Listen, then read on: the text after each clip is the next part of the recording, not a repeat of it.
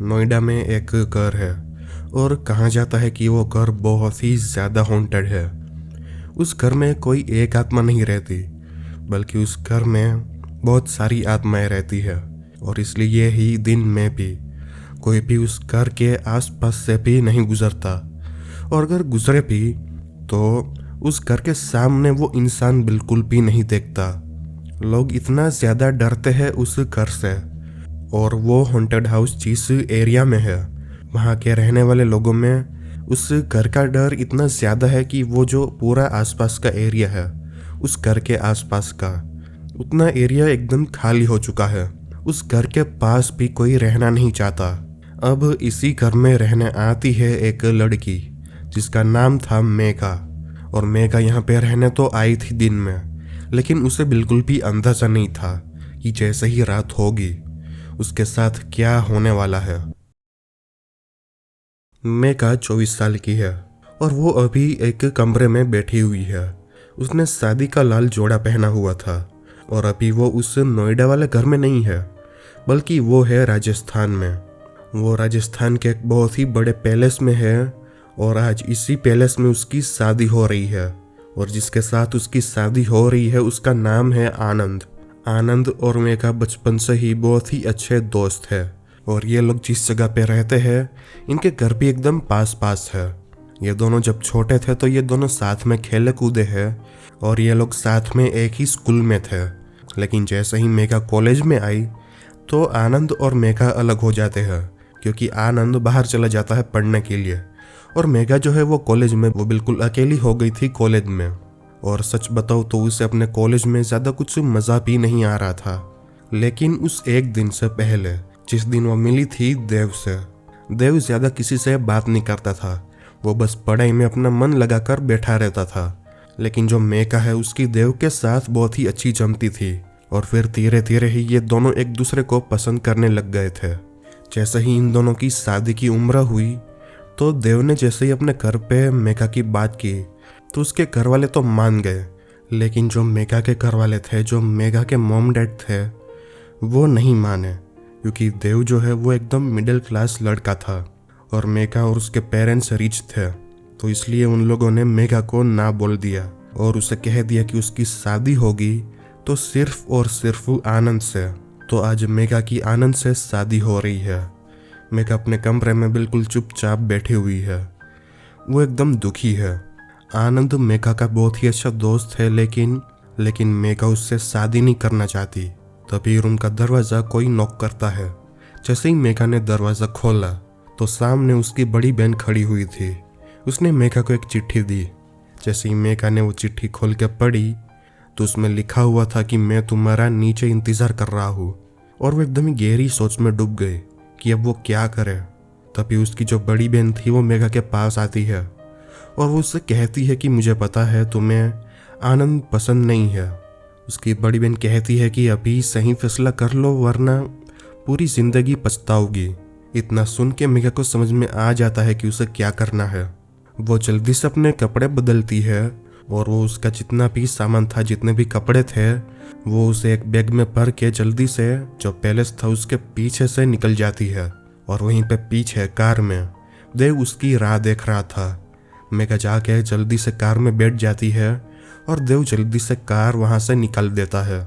और कुछ देर बाद ही पैलेस में सब लोगों को पता चल गया था, मेघा के मॉम डैड को, देव के मॉम डैड को, सबको, कि जो मेघा है वो शादी से भाग गई है।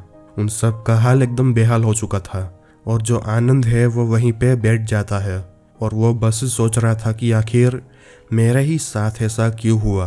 और दूसरी तरफ जो मेघा है वो देव के साथ बहुत ही ज़्यादा दूर आ चुकी थी, वो सब कुछ पीछे छोड़ के।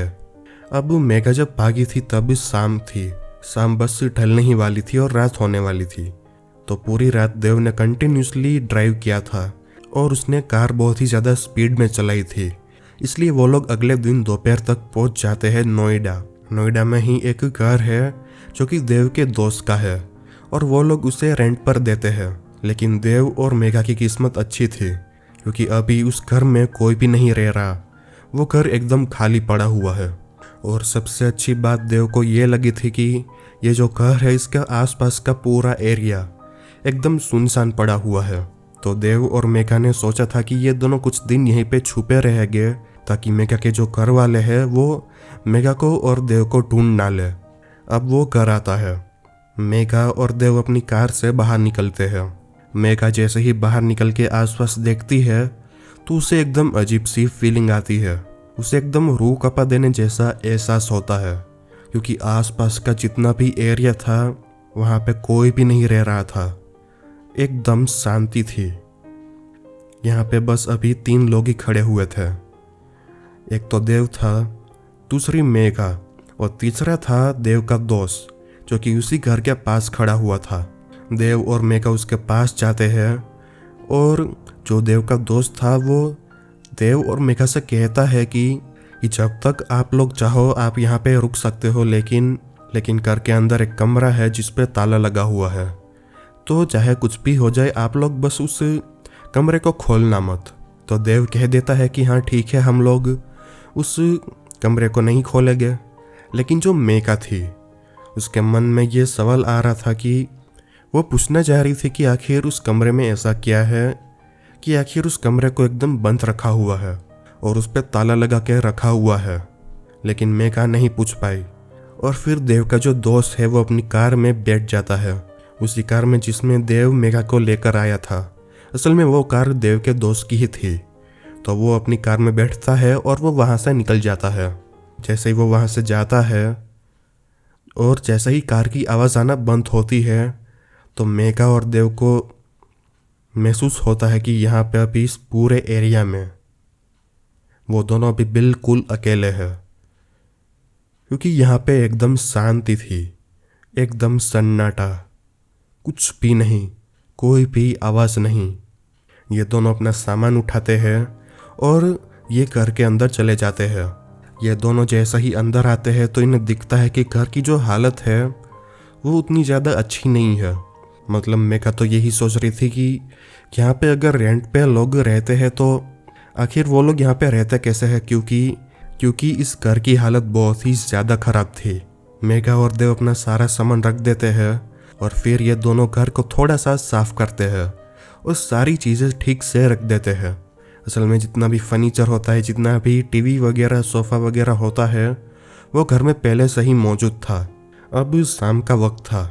मेघा जो है वो किचन में अपना कुछ काम कर रही थी और वो साथ में ये भी सोच रही थी कि आज रात को ये लोग खाने में क्या खाएंगे। और देव जो है वो ड्राइंग रूम में सोफे पर बैठ के टीवी देख रहा था। तभी मेघा को पता नहीं क्यों लेकिन ऐसा फील होता है जैसे कि उसे कोई बुला रहा है। तो मेघा किचन में से बाहर आती है और उस घर में जो बेडरूम था उसकी नज़र उस तरफ जाती है। असल में मेघा को ऐसा ही लग रहा था कि बेडरूम के अंदर से कोई उसे पुकार रहा है। तो मेघा धीरे धीरे बेडरूम के अंदर जाती है। जैसे ही वो अंदर पहुंची तो उसने देखा तो बेडरूम तो एकदम खाली पड़ा हुआ है, अंदर कुछ भी नहीं था। तो मेघा वहां से बाहर आती है। तभी उसे कुछ नॉकिंग्स की साउंड सुनाई देती है। मेघा जैसे ही मेन डोर के पास जाके बाहर देखती है तो उसे दिखता है कि वहां पे तो कोई भी नहीं है। लेकिन तभी वापस से उसको वही नॉकिंग्स की साउंड सुनाई देती है। तब मेघा को पता चला कि ये जो साउंड्स है ये घर के 2nd फ्लोर से आ रही थी। तो मेघा वापस आती है और वो धीरे धीरे सीढ़ियाँ चढ़ के 2nd फ्लोर पे पहुंचती है। जैसे वो 2nd फ्लोर पे पहुंची तो उसे दिखता है कि 2nd फ्लोर ज़्यादा बड़ा नहीं है, सामने कॉरिडोर है और उसी के बीच में वही कमरा है जिसके बारे में देव के दोस्त ने बोला था कि उस कमरे को बिल्कुल भी मत खोलना। मेघा उस कमरे के पास आती है और वो देखती है कि दरवाजे पर बहुत सारी चेनें लपेटी हुई है और उसके ऊपर बहुत ही बड़ा ताला लगा के रखा हुआ है। मेघा को बिल्कुल भी समझ में नहीं आ रहा था कि आखिर वो नॉकिंग्स की साउंड आ कहाँ से रही थी। तभी मेघा को वापस से सुनाई देती है एक और नॉकिंग की साउंड, जैसे कोई कमरे के अंदर से नॉक कर रहा है। और वो मेघा को अपने पास बुला के कहना चाहता है कि वो ताला तोड़ दे और दरवाज़ा खोल दे। मेघा दरवाजे के पास जाने लगती है और वो सुन रही थी कि दरवाजे के अंदर से उसे कुछ आवाज़ें आ रही थी, जैसे कि कोई धीमे धीमे से रो रहा हो। तभी मेघा को पीछे से एक हाथ आता है और मेघा एकदम से डर जाती है और वो पीछे मुड़ती है। वो देखती है कि पीछे देव खड़ा हुआ था। तभी देव कहता है कि मेघा तुम यहाँ पे क्या कर रही हो। तो मेघा उसे समझाती है कि उसे कमरे के अंदर से कुछ आवाज़ें आ रही थी। तो देव मेघा से कहता है कि आखिर ऐसा कैसे हो सकता है, तुम देखो ज़रा उस कमरे की तरफ। उसके दरवाजे पे चैन है और ताला लगा हुआ है। वो कमरा अंदर बिल्कुल खाली होगा, अंदर कोई भी नहीं हो सकता। तो मेघा कहती है कि हाँ तुम्हारी बात सच है, लेकिन मुझे सच में आवाज़ आई थी वहाँ से। देव मेघा से कहता है कि तुम वो सब बातें छोड़ो, असल में मुझे वकील का फ़ोन आया था और उसने मुझसे कुछ डॉक्यूमेंट्स और वो सब मांगा है। तो देव कहता है कि मुझे उसे वो डॉक्यूमेंट्स देने चाहने हैं। और फिर देव कहता है कि वकील का जो घर है वो यहाँ से बहुत ही ज़्यादा दूर है, तो शायद हो सकता है कि मुझे आने में बहुत ही ज़्यादा देर हो जाए, तो तुम मेरी चिंता मत करना। इतना बोल के देव यहाँ से निकल जाता है। और इस पूरे घर में, असल में पूरे घर में नहीं, इस पूरे एरिया में मेघा अभी बिल्कुल अकेली थी और उसने सारे खिड़की दरवाजे लॉक कर दिए थे, क्योंकि उसे थोड़ा थोड़ा डर भी लग रहा था। अब बस कुछ ही देर में रात होने ही वाली थी, तो मेघा को डिनर की तैयारी करनी थी।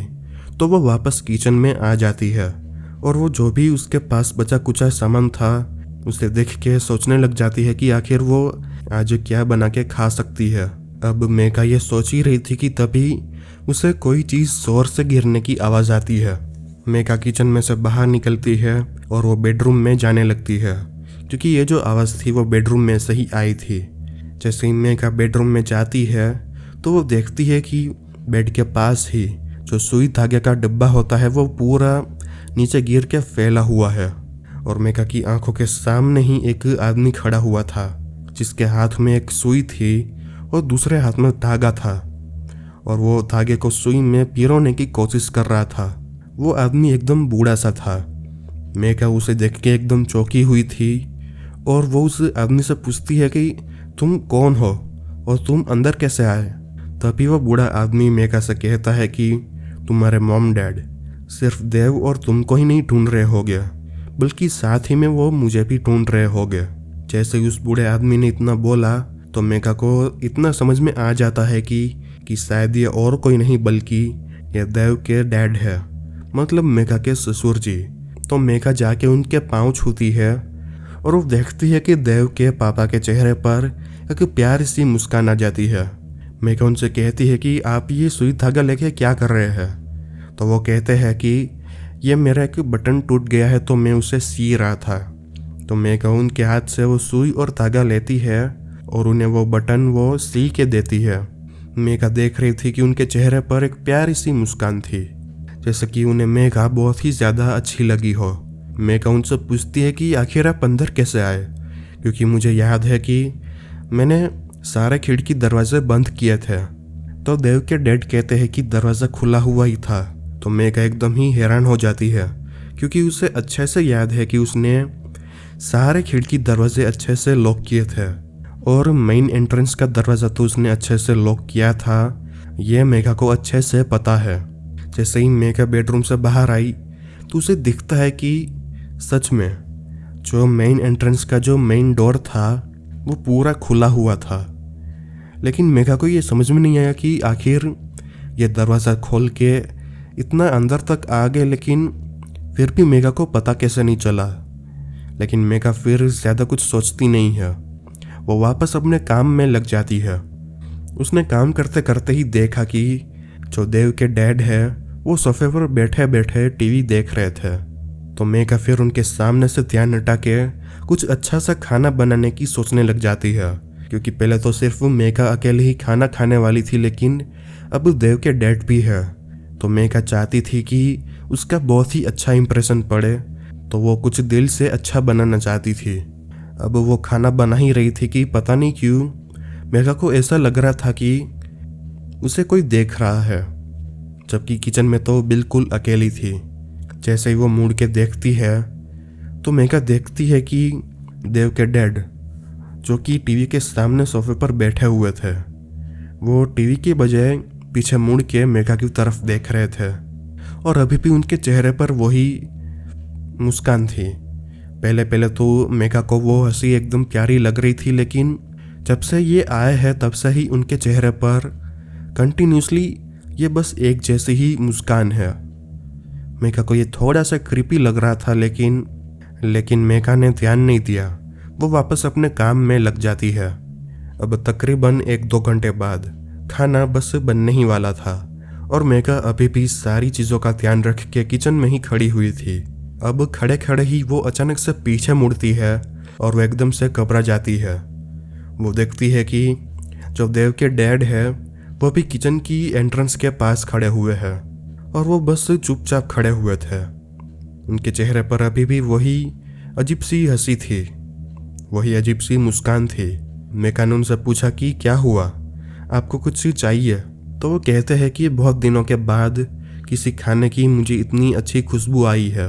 तो मेघा के चेहरे पर एक मुस्कान आ जाती है और उसका दिल एकदम खुश हो जाता है।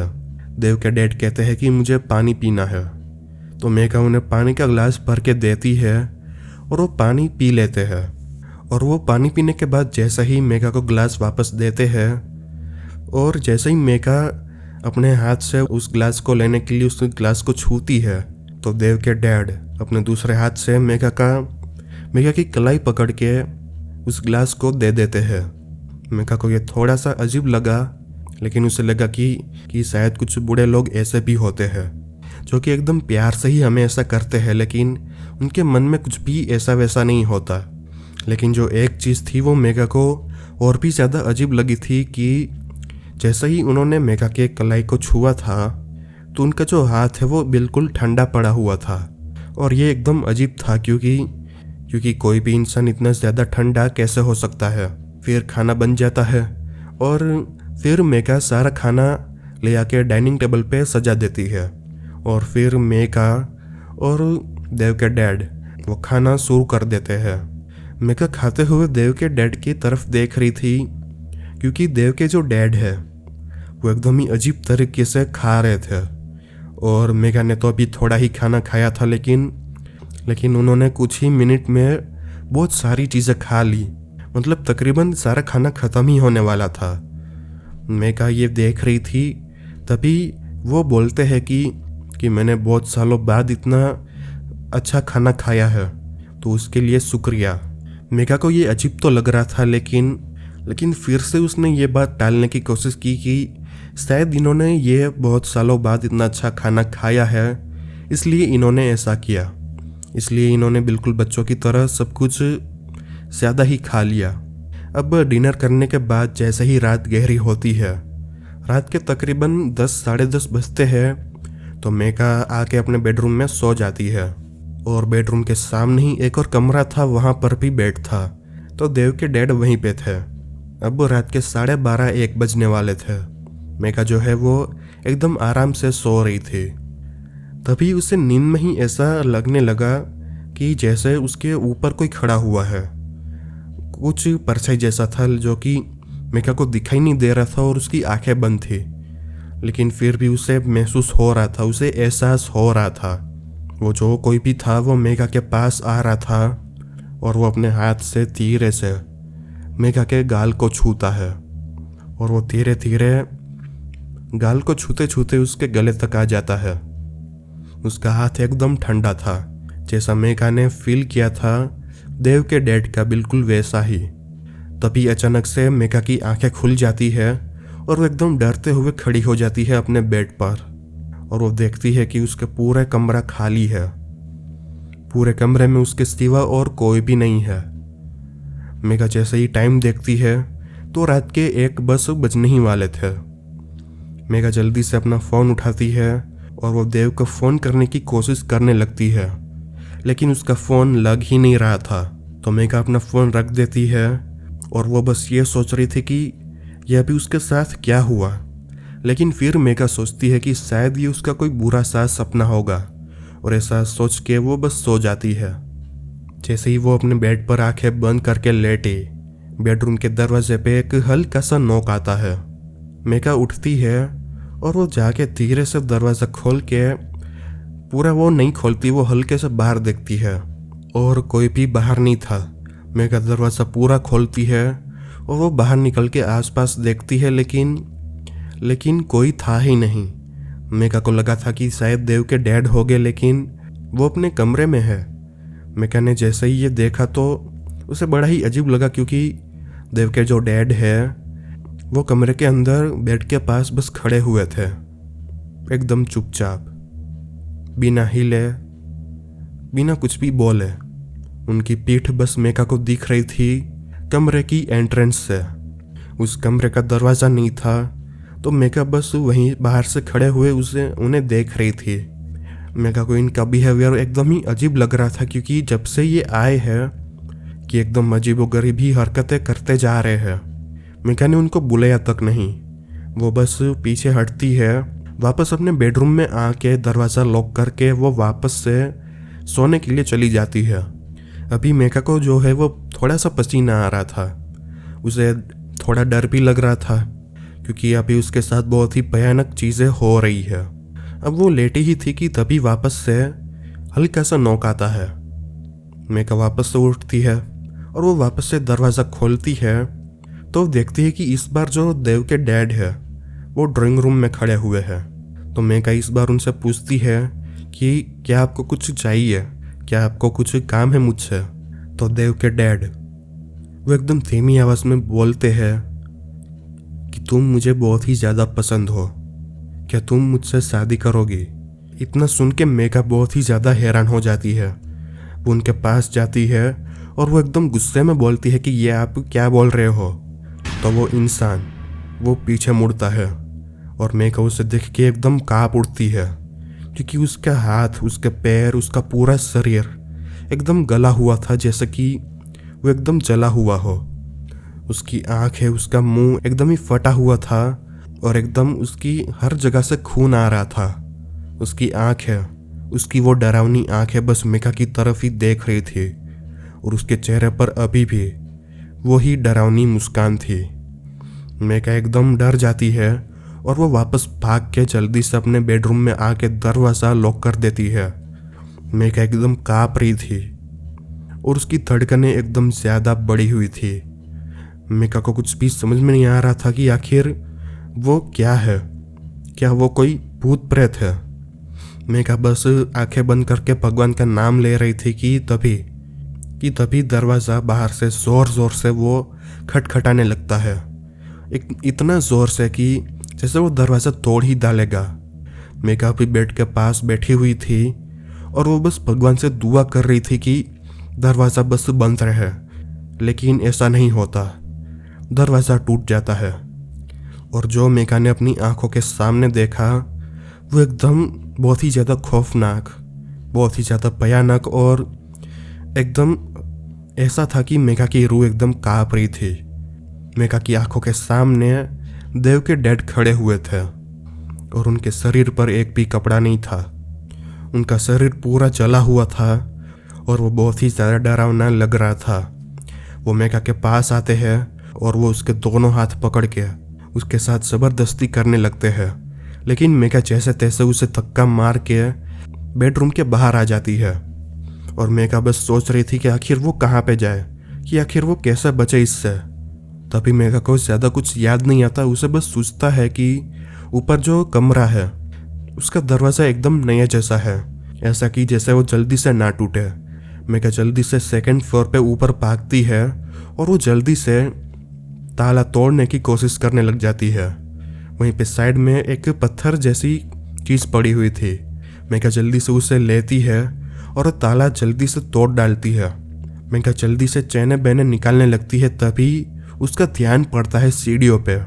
वो आदमी, उसकी परछाई धीरे धीरे ऊपर ही आते हुए दिखाई दे रही थी मेका को।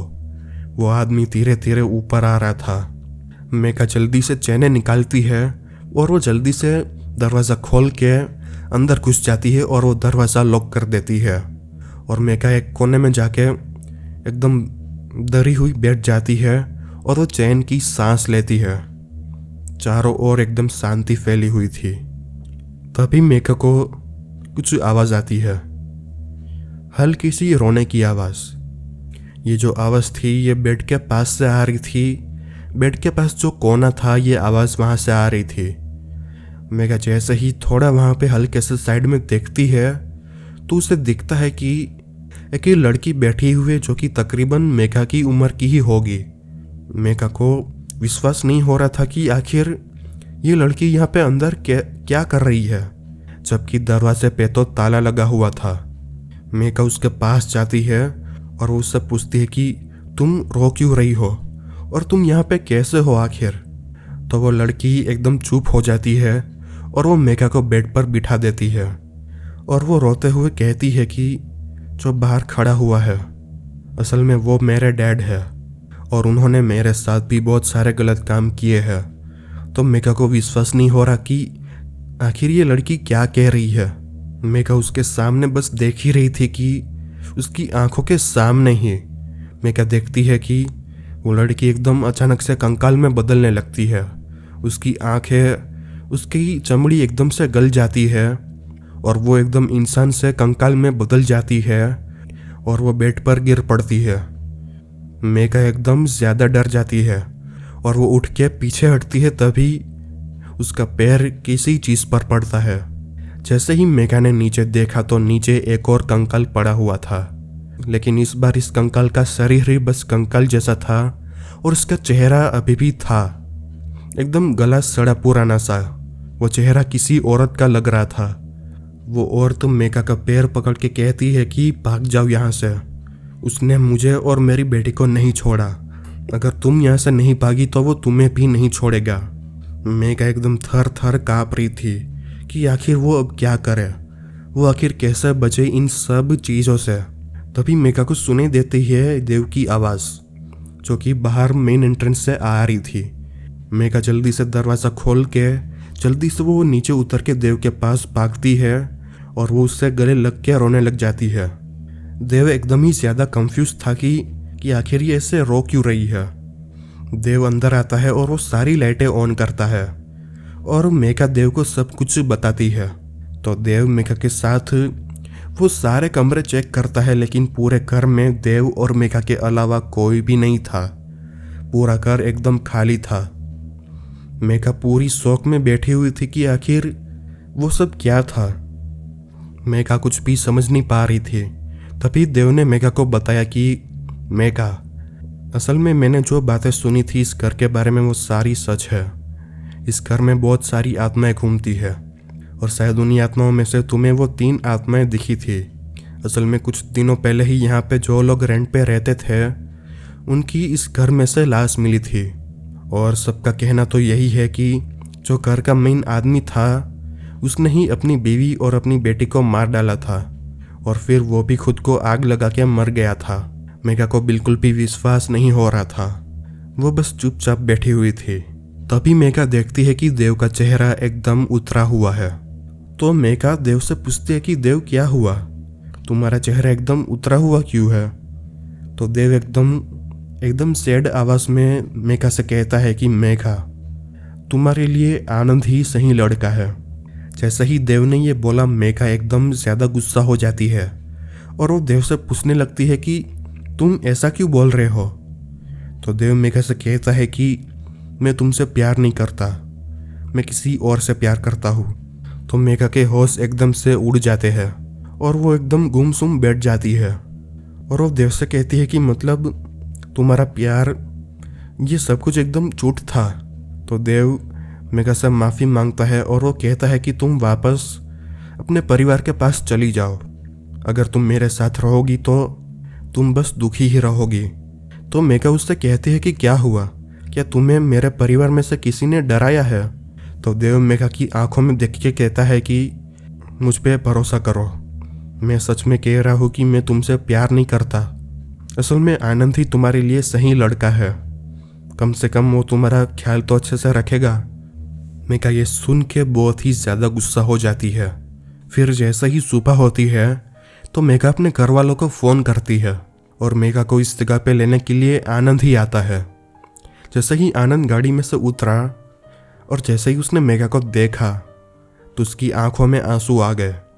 मेका जाके आनंद को गले लग जाती है और वो आनंद से माफ़ी मांगने लग जाती है और वो आनंद को सब कुछ समझाने लग जाती है। लेकिन फिर आनंद कहता है कि मेका, हम दोनों बचपन से दोस्त हैं, मैं तुम्हें बहुत ही अच्छे से जानता हूँ, तुम्हें कोई भी सफाई देने की ज़रूरत नहीं है, तुम बस मेरे साथ चलो।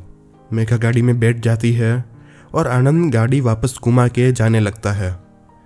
मेघा का जो ध्यान था वो अभी भी उसी घर के तरफ था। असल में उस घर की तरफ नहीं बल्कि उस घर के दरवाजे की तरफ, जहाँ पे देव बिल्कुल अकेला खड़ा हुआ था। देव अभी पूरे घर में बिल्कुल अकेला खड़ा हुआ है। तभी पीछे से एक लड़की की आवाज़ आती है और वो देव से कहती है कि तुमने उससे झूठ क्यों बोला। तो देव कोई भी जवाब नहीं देता। वो बस इतना बोलता है कि तुमने उसको इतना ज़्यादा डराया क्यों।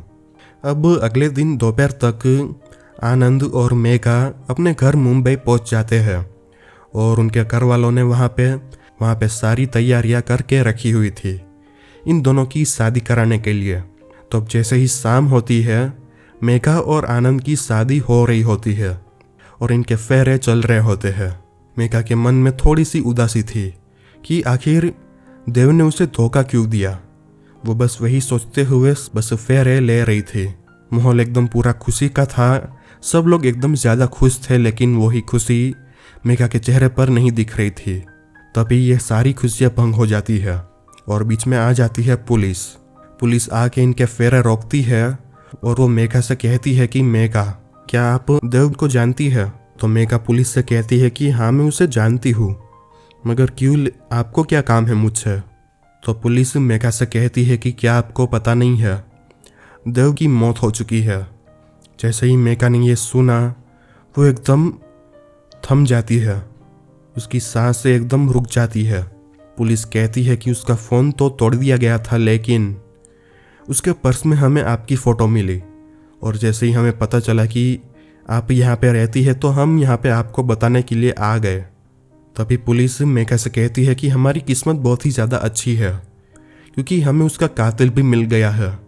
तो मेघा पुलिस से कहती है कि आखिर उसकी मौत कैसे हो गई, जबकि मैंने उसे कल ही देखा था। तो पुलिस मेघा से कहती है कि नहीं, आज से 2 दिन पहले देव रात के 10:30 बजे अपनी बाइक लेकर आ रहा था और वहीं पे बीच में उसे कोई रोक देता है और वो उसे जान से मार डालता है। पुलिस कहती है कि वहीं पे पास ही में कैमरास लगे हुए थे, तो जैसे ही हमने कैमरा चेक किया हमें उसमें उसका कातिल मिल गया। मेघा कहती है कि कौन है उसका कातिल। तो पुलिस कहती है कि जिससे अभी आपकी शादी हो रही है, मतलब कि आनंद।